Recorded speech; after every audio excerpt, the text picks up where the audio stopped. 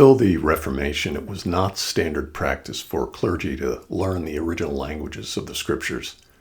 This was in part due to the long reign of Jerome's Vulgate translation into Latin that was the officially endorsed version of the Roman Catholic Church. Among Protestant pastors, learning Hebrew and Greek is common and often required. But this regard for the importance of the biblical text in its original languages has not filtered through to Christians on the other side of the pulpit. I want to say that the combination of centuries of working with the text and rigorous scholarship have given us English translations in which we can have a very high degree of trust. No one should think that because they don't know Hebrew or Greek, they cannot understand God's Word. I recently saw a tweet where someone said, reading the Bible in translation is like kissing your bride through a veil. This is foolish and ignores the work of translators and scholars who have worked hard to give us accurate translations. In English, we have an embarrassment of riches. If it's the case that our English translations are so good, then why learn Greek? For one thing, the better commentaries usually make reference to the Greek text of the New Testament. To be able to read those and understand them, Greek is helpful. Secondly, there are times when the diction of the New Testament, that is, the choice of vocabulary the writers use, proves interesting and helpful when we study not just what is said, but how it is said. Finally, I'll give a reason that Dan Wallace provides in his Greek Grammar Beyond the Basics. He says, syntax is the backbone of exegesis. That is, as we understand the structure of a verse, its grammatical elements, and how the writer uses the language, we gain insights into the text. So, for those who want to explore the original languages, I want to encourage you that it has, in fact, never been easier to do so. What I'm saying here is specific to Greek, but I think it would hold true for Hebrew as well. The changes to content delivery over the past several years have led to an unprecedented democratization of learning. There is no need to sit in a class at a fixed time and listen to a lecture on a topic. This has been a tremendous boon for learning in general, and for those learning Greek, you can use this to great advantage. This video is a sort of combination book review and personal experience. That is, I'm going to talk about Mounce's Basics of Biblical Greek and also how I found it to be an effective method for learning the language. There has, in fact, in the last few years been a reassessment of how we teach language and what is effective.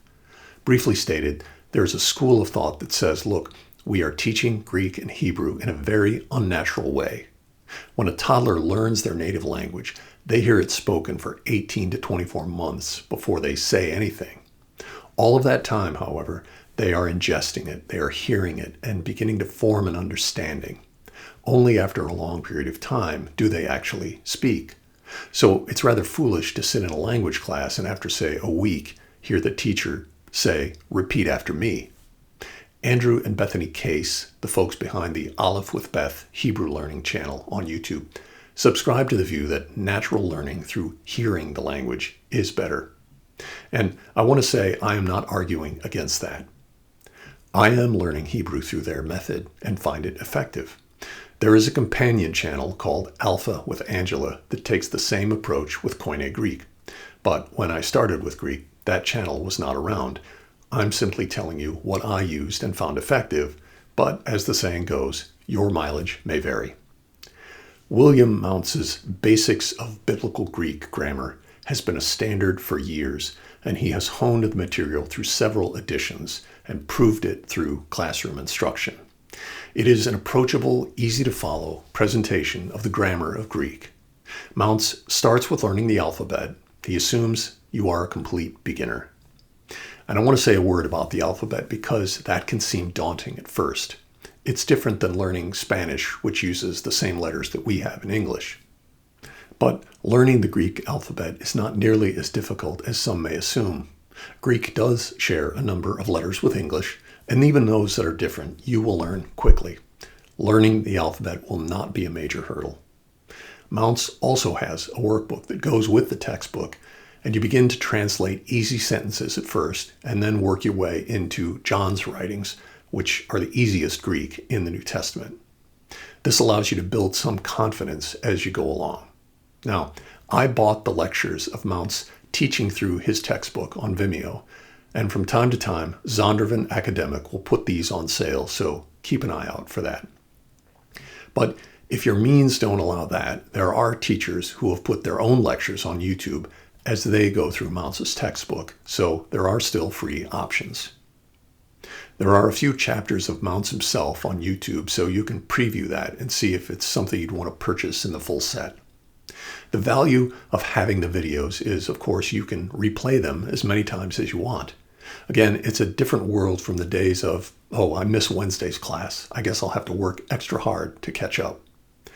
One of the benefits of Mounce is that through decades of teaching Greek, he has refined what is effective for students and structured the textbook accordingly. Now, as you learn, I want to emphasize that review of vocabulary and paradigms are important. A lot of folks find that unpleasant and just grunt work, but it will pay off in the end. You can do this through Quizlet, and you'll find a lot of flashcard sets already out there for Mounce and other Greek textbooks. One nice feature of Quizlet is if you start to create your own set and type in, for example, present active indicative, Quizlet will instantly search all of the sets it has and offer you a card or a definition that you can incorporate. And this is one of the things that is different about today from previous years, the way technology has really bridged a gap. If you were learning Greek 30 years ago and you got a textbook, let's say J. Gresham Machen's New Testament Greek for Beginners, as you began to read sections of the New Testament, you had a lexicon at your elbow to look up words you didn't know. It took a lot of time and effort. But now, the number of websites that fill this need is plentiful. What I mean is, it's not necessary to have a hard copy dictionary next to you as you read. Rather, a site like stepbible.org will show you the meaning, including parts of speech, the complete grammatical information, just by what someone has called hover parse. That is, as you pass the mouse over a word or click it, it will show you the definition. This is a huge benefit as you start to read. Consistency is important, and as repetition is the law of learning, you have to keep using the language, keep reading. And I want to say something about what Mounce calls the fog. When you start to learn, start to acquire a bit of vocabulary, and especially when you start to read excerpts from the New Testament, you'll be in a sort of lexical fog. You'll get maybe 2 out of 5 words, and the experience can be frustrating and uncomfortable, really uncomfortable, in fact. This is entirely normal and expected. But you have to keep pushing, keep going through the fog, and eventually it starts to clear. Pretty soon you're getting 4 out of 5 words, then 9 out of 10. So let's look at some of the tools that are available to help you in this process of learning Greek. This is stepbible.org, a website that I have pretty much open all the time in my browser. I use it constantly as I read the Greek New Testament. STEP stands for Scripture Tools for Every Person, and this is a resource put out by the good folks at Tyndale House in Cambridge, England. It is an entirely free resource, so that's a fantastic service to us. You can see as I pass the mouse over a word, parasius here, it will show me the complete definition as well as the lexical information on the word. So this is a genitive, singular, feminine noun. And this noun occurs 3 times in the chapter, as the highlighting there shows you. So very useful to see how the words are used. And then over on the right, you can see there's a 24x. That indicates this word occurs 24 times in the entire Greek New Testament. If I click that link, it will then show me all of those verse references where the word occurs. So for statistics and usage, this is just a fantastic resource. If I click that drop down in the upper left, it will show me all of the versions that are available. So if I wanted to, I could create my own interlinear by selecting the ESV to show along with the Greek text. And then if I click the Ancient tab, it shows me all of the various versions of the Greek text that it has: the Byzantine text, the Society for Biblical Languages text, even the Septuagint for the Old Testament. as well as all of the Hebrew versions. So this is really a full-featured and a fantastic resource that I recommend. So this is gntreader.com, which is put out by the folks behind Logos Bible Software. It too is a free website and contains a lot of the same features that Step Bible does.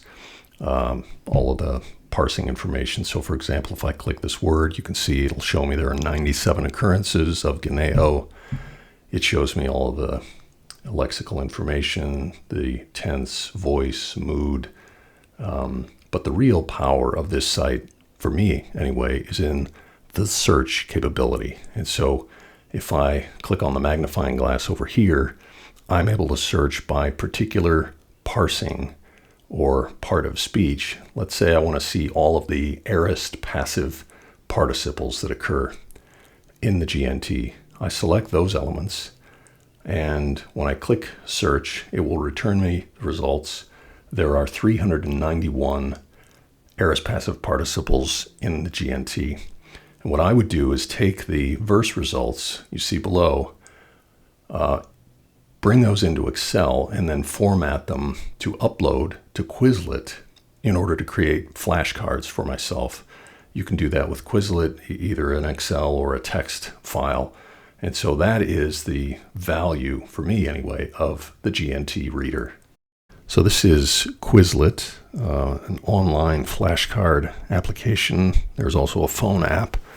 And it is the metaphor of the 3x5 index cards, just in an online version.